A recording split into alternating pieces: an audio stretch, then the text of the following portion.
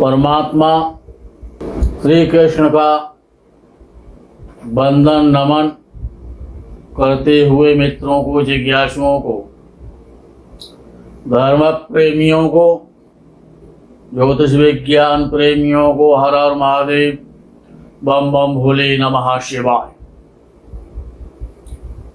मित्रों, वीडियो बहुत महत्वपूर्ण है। बड़े ध्यान से श्रवण करना है, मन के साथ में। संसार में जो भी स्त्री या पुरुष जन्म लेता है, जन्म लेने वाले को जातक कहा जाता है। संसार में क्यों आया है, उसका उद्देश्य क्या है, वो पुरुष है या स्त्री है,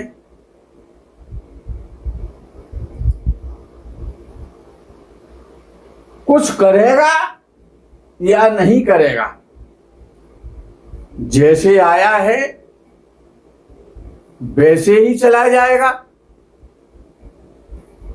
या अपना नाम रोशन करके दिग दिगंत में हजारों वर्ष तक जिसकी ख्याति और यश, कीर्ति और सम्मान बना रहे, ऐसा कुछ करेगा या नहीं करेगा। कोई भी जातक किसी उद्देश्य विशेष के लिए इस संसार में आया है, अथवा उसका कोई उद्देश्य ही नहीं है, पशुवत जीवन व्यतीत करेगा, पैदा होगा, खाएगा पिएगा, माता पिता पोषण करेंगे, शादी हो जाएगी, बच्चे पैदा करेगा, धन पैदा करेगा, भोजन करेगा, गाड़ी खरीदेगा, मकान बनाएगा, बच्चों की शादी करेगा और चला जाएगा। येषां न विद्या तपो न दानम ज्ञानम न शीलम न गुणो न धर्मः ते मर्त्यलोके भुविभार भूता मनुष्य रूपे मृगाशरंती। बिना सिंह पूंछ वाला है क्या, पशुवत जीवन जिए गया क्या?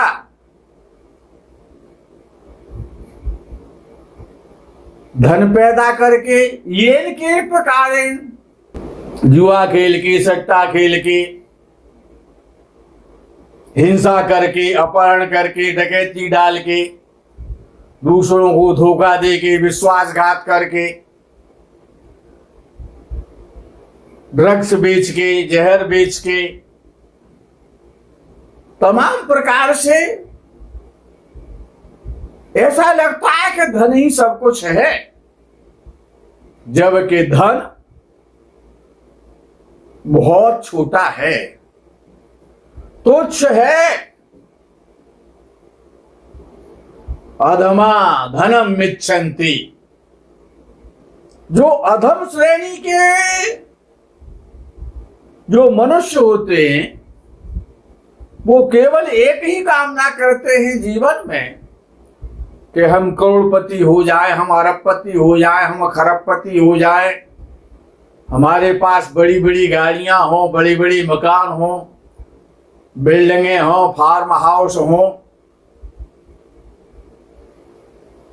इतना ही जीवन है क्या? ये तो पशुवत जीवन है। आप चले जाएंगे, सब कुछ खत्म हो जाएगा। 10 साल बाद, 15 साल बाद आपकी मृत्यु को उपरांत आपका नाम भी खत्म हो जाएगा। अमर होना, अमरत्व प्राप्त करना, नाम ही तो अमर है। बड़े बड़े महापुरुष जिनका आदर और सम्मान के साथ करोड़ों करोड़ वर्ष से, हजारों हजार वर्ष से, सैकड़ों वर्षों से आज भी जिनका नाम अमर है, जीवन तो वही है कि मरने के बाद भी ये सम्मान मिलता रहे, उनके परिवार को, उनके कुल को, उनके खानदान को, उनके वंश को उनके नाम के द्वारा जाना जाए। उनके उपदेश, उनके प्रवचन, उनकी कृतियां लोग पढ़ करके और गर्व महसूस करें। ये जीवन का उद्देश्य सदुद्देश्य कहलाता है। तो जातक जब संसार में आता है तो केवल ज्योतिष शास्त्र एक ऐसा शास्त्र है जिसके द्वारा ये जाना जा सकता है कि इसके जीवन का कोई उद्देश्य है या नहीं है। तो जीवन का, इस जीवन में क्या करेगा? अपने कुल का, अपने परंपरा का, अपने खानदान का, अपने माता पिता का, अपने बाबा दादा का, परदादा का क्या नाम दिगंत में रोशन करेगा? या 10, 20, 50, 2, 4, 6, 10 करोड़ रुपए कमाएगा, खाएगा, पिएगा, बच्चे पालेगा और चला जाएगा? दुकान से घर पर और घर से दुकान पर, फैक्ट्री से दुकान पर और दुकान से फैक्ट्री पर, क्या यही जीवन है? नहीं, ऐसा नहीं है। विद्या धनम सर्वधन प्रधानम, विद्या रूपी जो धन है वो सर्वोत्तम धन है। सब धनों में प्रधानता विद्या की है, ज्ञान की है। ज्ञानेन हीना पशु भी समाना। अगर ज्ञान नहीं है, विद्या नहीं है, तो पशुवत जीवन जीता है। जैसे पशुओं को भी क्रोध आता है, वो भी प्रसन्न होते हैं, वो भी अपने बच्चे पालते हैं, वो भी अपना घर बनाते हैं और चले जाते हैं। ज्ञानम तर मनुष्याणाम यत्तेषां मृग पक्षिणाम। मनुष्यों में जो ज्ञान है वो तो पशु पक्षियों में भी है। आहार निद्रा भय मैथुनंच, भोजन करना, भय लगना, क्रोध आना, प्रसन्न होना, बच्चे पालना, ये तो पशु भी करते हैं, पक्षी भी करते हैं। अगर ऐसा मनुष्य कर रहे हैं या करते हैं, कोई पृथक नहीं है। जीवन मनुष्य का तो वही है कि संसार से शरीर त्यागने के बाद भी हजारों हजार वर्ष तक नाम रोशन बना रहे। जैसे स्वामी विवेकानंद, रामकृष्ण परमहंस, शंकरावतार आदि शंकराचार्य,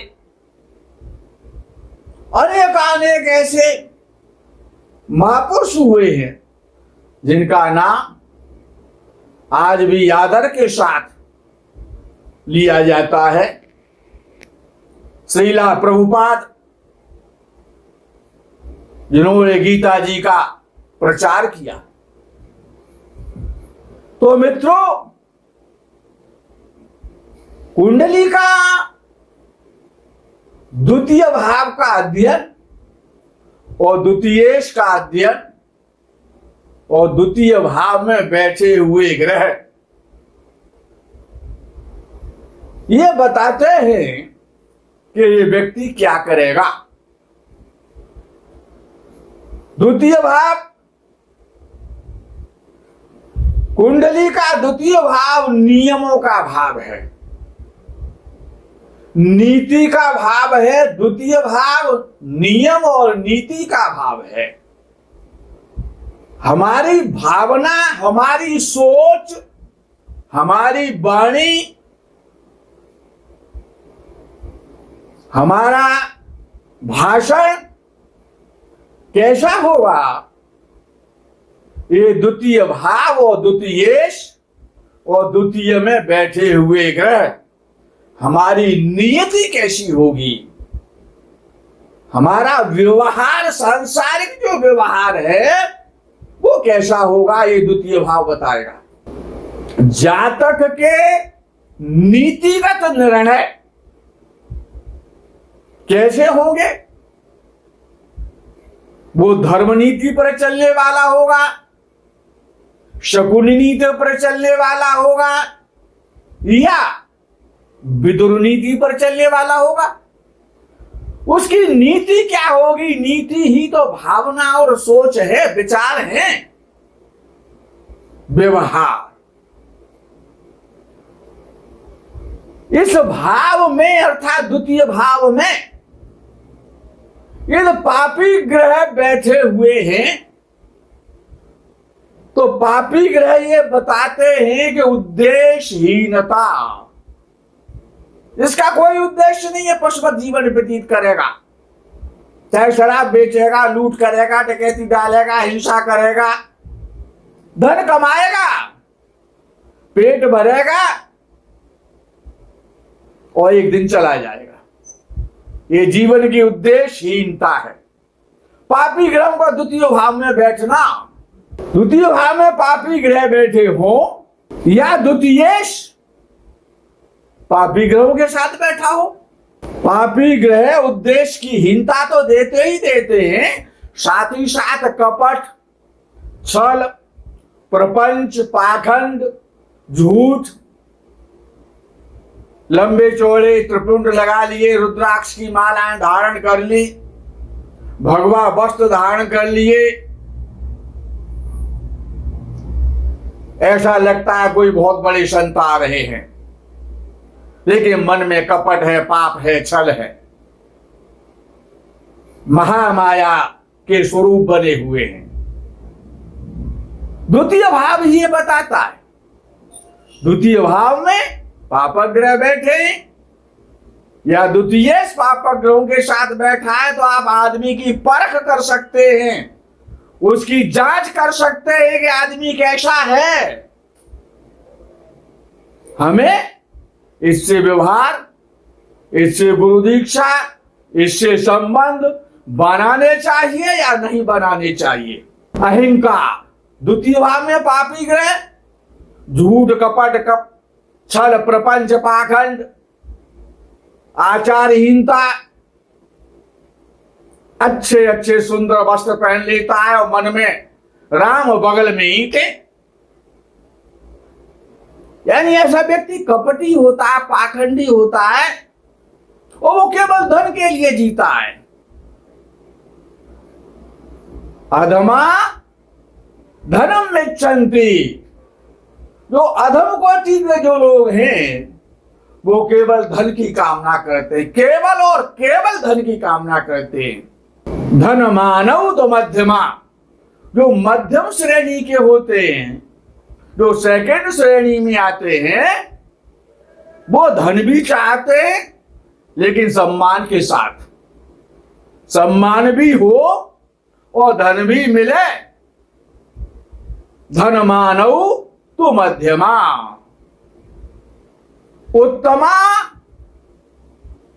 मानव इच्छन्ति, वो जो उत्तम कोटि के जो लोग हैं वो केवल ये चाहते हैं कि हमको सम्मान मिले, यश मिले, हमारे नाम से हमारा परिवार, हमारे माता पिता, हमारे बाबा दादा, हमारा गांव, हमारा शहर, हमारा जनपद, हमारा देश जाना जा, हमारे नाम से जाना जाए।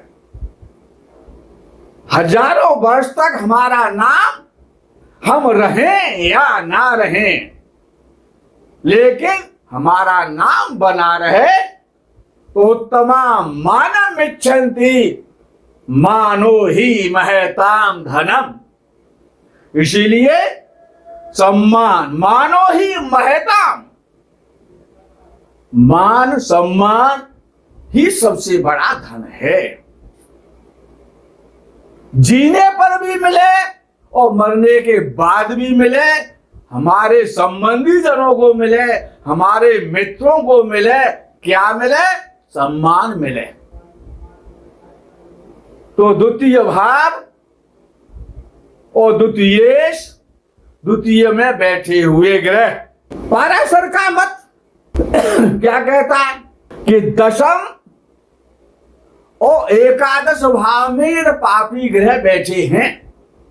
मित्रों, मैं कोई प्रवचन नहीं करना हूं, मैं कोई कथावाचक नहीं हूं। वस्तुतः ज्योतिष शास्त्र है क्या, उसको समझिए कि दशम भाव और एकादश भाव में यदि पापी ग्रह बैठे, पापी ग्रह केवल तीन ही, चौथा कोई नहीं है। शनि, राहु और केतु, तीन ही पापी ग्रह हैं। इनको ही पाप की संज्ञा है। तो कहते हैं कि दशम और एकादश भाव में यदि पापी ग्रह बैठे हो तो जातक हमेशा पाप कर्मों में, असत्य कर्मों में, असत्य भाषण में, असत्य मार्ग पर, गलत लोगों के साथ में, नीचों की संगति करके, गलत संगति करके, दुष्टों की संगति करके, और हमेशा संसार के भोग भोगता रहता है। यानी ऐसा व्यक्ति निरुद्देश्य होता है, पशुवत जीवन। यहां तक कि अपने सगे संबंधियों को भी पीड़ित कर देता है। उनके साथ भी छल प्रपंच, भाई के साथ में, माता पिता के साथ में, बहनों के साथ में, मित्रों के साथ में, रिश्तेदारों के साथ में, सबके साथ में जीवन भर गलत करता रहता है। किसी का अच्छा नहीं चाहता, अपने दुख से दुखी नहीं रहता है, दूसरों के सुख से दुखी होता है वो। और दूसरे दुखी हैं, जब उनको वो दुख देता है तो वो स्वयं अपने को गौरवान्वित और सुखी महसूस करता है। यदि दशमेश नीच राशि का हो, मित्रों याद रखना, यदि दशमेश दशम भाव का स्वामी नीच राशि का हो अथवा दशम भाव या दशम भाव और दशम से दशम अर्थात सप्तम भाव, दशम से दशम अर्थात सप्तम भाव दशमेश नीच राशि का हो और दशम भाव प्लस दशम से दशम भाव यानी लग्न से सप्तम भाव में पापी ग्रह बैठे हों, दशमेश नीच का हो, दशम भाव में पापी ग्रह बैठे हों, सप्तम भाव में पापी ग्रह बैठे हों, तो ऐसा व्यक्ति बहुत निम्न स्तर के, बहुत छोटे स्तर के कर्म करता रहता है, स्वयं दुखी होता है, पशुवत जीवन जीता है और दूसरों को भी पीड़ित करता है। ऐसे मान लो जैसे कांटे का वृक्ष हो जाता है। कई रही में कैसे न भय बेर के रखो संग, बेडोलत रस आपने उनके फाकत अंग। बेर के वृक्ष का और केले के वृक्ष का साथ हो जाता है। ऐसा व्यक्ति स्वयं पीड़ित होता है, दूसरों को भी पीड़ित करता है। अब आगे का जो नियम है वो ये है कि व्यक्ति, अब ये तो गलत की परिभाषा हो गई। अब अच्छे की परिभाषा क्या है? तो अच्छे की परिभाषा है कि कुंडली के द्वितीय भाव में शुभ ग्रह होने चाहिए अथवा भाव शुभ ग्रहों के प्रभाव में हो, या तो दूसरे भाव में शुभ ग्रह हो या शुभ ग्रहों से दूसरा भाव देखा जाता हो लगन में शुभ ग्रह हो, तीसरे भाव में भी शुभ ग्रह हो, तो शुभ प्रभाव में दूसरा भाव आ जाएगा। या शुभ ग्रह दूसरे भाव को देखते हो तो शुभ प्रभाव आ जाएगा। और शुभ ग्रह भी वो हो जो लगन के लिए कारक हैं, क्यों लगन ही तो जीव है, मनुष्य है, जातक है। और द्वितीयेश भी शुभ ग्रह उनके साथ हो, चाहे शुभ ग्रह हो द्वितीयेश या ना हो, लेकिन शुभ ग्रहों के साथ बैठा हो। आगे का पाराशर जी लिखते हैं कि दशम भाव और दशमेश से, यानी कि दशम भाव से, और दशम भाव का स्वामी दशमेश जहां बैठा है वहां से, दशम भाव और दशमेश से शुभ ग्रह बैठे हो। दशम भाव में शुभ ग्रह हो और जहां पर दशमेश बैठा है, दशम भाव का लीडर बैठा है, लॉर्ड बैठा है, तो वहां से दशम में भी शुभ ग्रह हो। और विशेष रूप से पाराशर जी लिखते हैं कि बृहस्पति का संबंध हो, दशम भाव में शुभ ग्रह हो और दशमेश से दशम भाव में भी शुभ ग्रह हो। विशेष रूप से बृहस्पति हो तो ऐसा जातक बड़ा श्रेष्ठ कर्म करने वाला, यश मान सम्मान प्राप्त करने वाला, संसार के सुखों को भोगते हुए, संसार के प्रारब्धानुसार कर्मों को भोगते हुए और अपना यश स्थापित करता है, दिग दिगंत में उसका यश होता है। आगे का जो नियम है कि चंद्रमा से दशम भाव, चंद्र कुंडली से यानी राशि से दशम भाव में और दशमेश से दशम भाव में शुभ ग्रह हो, या दशम भाव और दशमेश से बृहस्पति का संबंध हो, तो ऐसा जातक श्रेष्ठ कर्म करने वाला, नाम रोशन करने वाला, सतमार्ग पर चलते हुए अपने कुल खानदान का यश प्रतिष्ठित करता है। वो देश के द्वारा नहीं जाना जाता कि ये इंडियन है, ये अमुक प्रदेश का रहने वाला है, या ये अमुक परिवार से है, उसके द्वारा देश जाना जाता है, उसके द्वारा परिवार जाना जाता है, उसके द्वारा प्रदेश जाना जाता है, उसके द्वारा उसका नगर गांव जाना जाता है। लग्न कुंडली के दशमेश से बड़ा महत्वपूर्ण वीडियो है।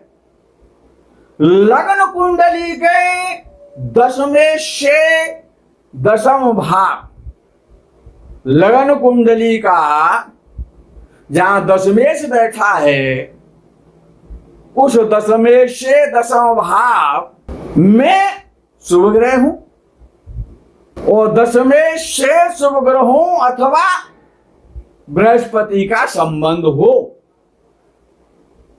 तो व्यक्ति जगत प्रसिद्ध होता है। लग्न कुंडली के दशम भाव से,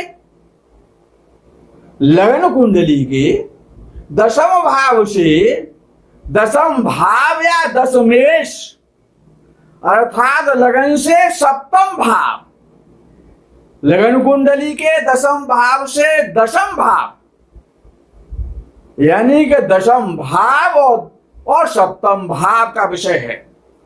लगन से सप्तम भाव और दशम भाव में शुभ ग्रह बैठे हों, या फिर इन भावों के स्वामियों से या इन भावों में बृहस्पति बैठा हो, तो जातक अच्छे काम करता है, सदमार्ग पर चलता है, नाम रोशन करता है, नीतिवान होता है, विद्वान होता है, ज्ञानी होता है। गायन्त देवा किल गीतकानि धन्यास्तुते भारत भूमि भागे। ये मनुष्य जो जीवन है ना, 84 लाख जैसा शास्त्र बताते हैं, 84 लाख योनियां को भोगने के बाद प्राप्त होता है।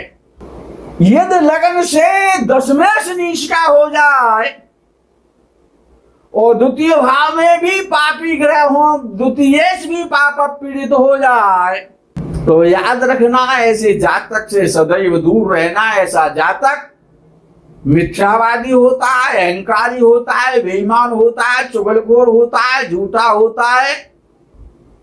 स्वयं नष्टा पराम नाशयति। हम तो डूबेंगे लेकिन स्वयं तुमको भी लेके डूबेंगे। ऐसे जातकों से, ऐसे मनुष्यों से, ऐसी देवियों से थोड़ी दूरी बना करके, डिस्टेंस बना करके रखनी चाहिए। अब जो आपके सामने जो कुंडली प्रस्तुत की जा रही है, जिसका मैं विश्लेषण करने जा रहा हूं अपने वक्तव्य के आधार पर, वो बड़ी महत्वपूर्ण है। इसमें ये सारी शर्तें लागू होती हैं और ये व्यक्ति बहुत बड़ा एक महापुरुष हमारे देश में हुआ, जिसका सैकड़ों वर्षों के बाद भी नाम लोग आदर से लेते हैं, जिसकी कृतियां, जिसके ग्रंथ पढ़े जाते हैं, जिसकी दुहाई दी जाती है, जिसके जयकारे लगाए जाते हैं, जिसकी प्रतिमा के भी दर्शन करने लोग जाते हैं, जिसके विषय में जानना चाहते हैं, ऐसे महापुरुष की कुंडली का विवेचन इन शर्तों के आधार पर किया जा रहा है। विषय ये है, धनु लगन की कुंडली है ये,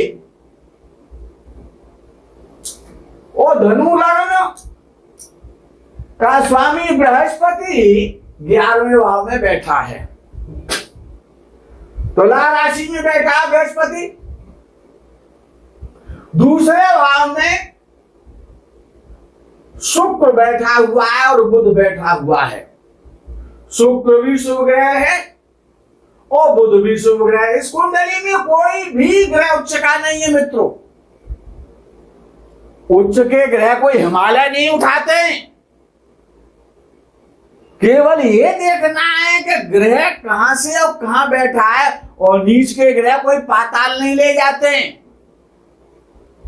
देखना यह है कि ग्रहों की स्थिति क्या है, किस भाव में बैठे हैं, उनकी भावना क्या है, भाव में झांकी रही भावना जैसी। तो लगन धनु है, लगनेश बृहस्पति तुला राशि का होकर के एकादश भाव में बैठा है। द्वितीय भाव की जहां चर्चा हो रही थी, द्वितीय भाव में कोई पापी ग्रह नहीं होना चाहिए, तो वो द्वितीयेश पापी ग्रह के साथ नहीं होना चाहिए। द्वितीयेश भले ही पापी हो, यदि वो शुभ ग्रह के साथ है तो वो भी शुभत्व में आ जाएगा। तो द्वितीय भाव में शुभ ग्रह बैठे, मकर राशि में शुक्र बैठा है और बुध बैठा है। द्वितीय भाव वाणी का कारक है, विद्या का कारक है और ज्ञान का भी कारक है। बुध स्वयं वाणी है, विद्या है, तर्क शक्ति है, भाषण शक्ति है। तो दो शुभ ग्रह जो सप्तम।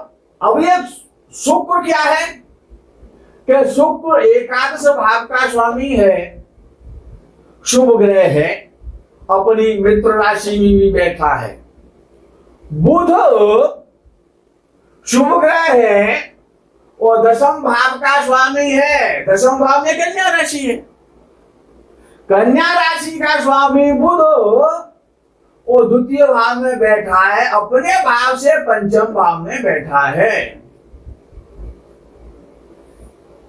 तो बुध शुभ ग्रह हो गया और दशमें शुभ ग्रह के शुक्र के साथ बैठ गया। दोनों शुभ ग्रहों का दशम भाव में एकादशेश भी शुभ है और दशमेश भी शुभ है। शुक्र भी शुभ है, एकादश भाव का स्वामी, दशम भाव का स्वामी दशमेश बुध भी शुभ है। और दो शुभ ग्रहों का द्वितीय भाव में, वाणी के भाव में, विद्या के भाव में बैठना इस कुंडली को बताता है कि ये जातक बड़ा धार्मिक, बड़ा विद्वान, बड़ा वक्ता, बड़ा ज्ञानी, ओजस्वी वाणी वाला, प्रखर वाणी वाला, नीतिवान ये जातक होना चाहिए। द्वितीय भाव में दो शुभ ग्रहों का होना। बात सप्तमेश की भी थी कि दशम भाव से दशमेश, दशम भाव से दशमेश यानी सप्तम भाव का स्वामी भी बुध है। धनु लगन है, सप्तम भाव में मिथुन राशि है, तो यानी कि दशमेश भी बुध है और सप्तमेश भी बुध है और दोनों भाव का स्वामी बुध और शुक्र के साथ बैठा, शुभ ग्रह के साथ बैठा है। ये बड़ा श्रेष्ठ योग बना दिया है शुक्र और बुध ने, कर्मेश ने और सप्तमेश ने, दशमेश ने और दशम से दशमेश ने। अब द्वितीय भाव का स्वामी, द्वितीय भाव का स्वामी नीच का नहीं होना चाहिए कहा गया था, पापी ग्रह के साथ नहीं होना चाहिए। तो दशम भाव का स्वामी स्वयं शनि है,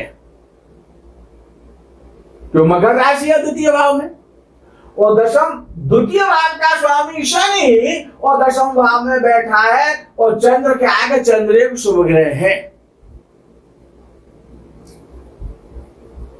दशमेश और द्वितीयेश का परिवर्तन है। दशम भाव का स्वामी बुध द्वितीय भाव में बैठा है और द्वितीय भाव का स्वामी शनि और दशम भाव में बैठा है चंद्र के साथ, यानी कि दशमेश भी शुभ ग्रह के साथ बैठा है और द्वितीयेश भी शुभ ग्रह के साथ बैठा हुआ है। अब विषय आया था कि जहां पर दशमेश बैठा है, दशमेश से दशम भाव में यदि बृहस्पति बैठा हुआ है, सप्तम भाव या सप्तमेश पर या दशम भाव से दशमेश यहां बैठा हुआ है, दशम भाव का स्वामी, उससे दशम भाव में बृहस्पति का संबंध हो जाता है,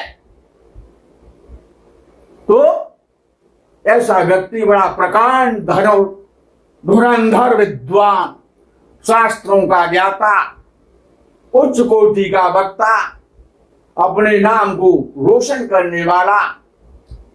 तो अब दशम भाव का स्वामी दशमेश कौन है? बुध है, और बुध से बृहस्पति दशम भाव में बैठा है। 1 2 3 4 5 6 7 8 9 और 10। दशमेश जहां बैठा है वहां से दशम भाव में बृहस्पति बैठा हुआ है। बृहस्पति की दृष्टि पंचम भाव और पंचमेश पर भी है। इसमें पंचम भाव में कौन बैठा है? स्वराशि का, मेष राशि का मंगल बैठा है। मंगल क्या है? कि साहस है, पराक्रम है। पंचम भाव क्या है? कि वो ज्ञान है। पराक्रम कहां करेगा? ज्ञान के क्षेत्र में करेगा, ओजस्वी वाणी देगा। बृहस्पति की दृष्टि पंचम भाव पर भी है और दशम में बैठा है, वहां से दशम भाव में भी बैठा है, और बृहस्पति की दृष्टि सप्तम भाव पर भी है। सूर्य प्लस बृहस्पति दोनों ही मित्र ग्रह हैं, और सूर्य बहुत बड़ा प्रकाश का कारक है, और जहां प्रकाश होता है वहीं ज्ञान होता है, जहां अंधकार होता है वहीं अज्ञान होता है।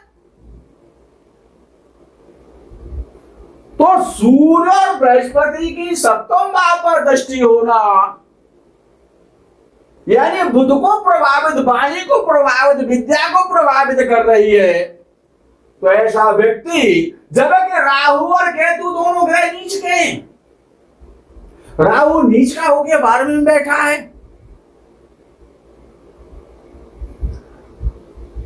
लेकिन इससे कोई फर्क नहीं पड़ता। वो तो 12वें भाव पे तो फर्क पड़ेगा। ये व्यक्ति सैकड़ों वर्ष पहले एक संपन्न सम्मानित परिवार में पैदा हुआ, और जिसको आज विश्व में जाना जाता है, भारत के कोने कोने में जाना जाता है, जिनके अनेक सदग्रंथ लोग पढ़ते हैं, जिनकी मूर्तियों की समय समय पर साधना और पूजा और उनको सम्मान बनने के बाद भी प्राप्त होता है। तो कहते हैं कि काकः कृष्णः पिकः कृष्णः। काक कहते हैं कौआ के लिए, क्रो के लिए। काकः कृष्ण, पिकः कृष्ण, पिक कहते हैं कोयल के लिए। काकः कृष्ण पिकः कृष्ण को भेदः पिक काकयो। जब कौए का बच्चा अंडे से निकलता है और कोयल का भी बच्चा अंडे से निकलता है, तो दोनों ही काले होते हैं। अर्थात जब किसी जातक का जन्म होता है तो कोई ये नहीं बता सकता, अगर दोनों बच्चों को एक बेड पर लिटा दिया जाए कि ये खरबपति का बच्चा है या ये रिक्शे वाले का बच्चा, कोई बता सकता है क्या? नहीं बता सकता। तो इसलिए विद्वानों ने कहा कि काकः कृष्ण पिकः कृष्ण, कौआ भी काला होता है बचपन में और कोयल भी काली होती है। को भेद पिक काकयो, कौए और कोयल में भेद क्या है, अंतर क्या है जब वो बड़े होते हैं। हा? मोर के पंखों में रंग यहां नहीं भरा जाता है। कोई भी पेंटर, कोई भी आर्टिस्ट यहां पर मोर के पंखों में रंग नहीं भरता है। वो जब समय आता है तो अपने आप वो सुंदरता को प्राप्त हो जाता है, भांति भांति के रंग और उसके पंखों में भर जाते हैं। बसंत समय प्राप्त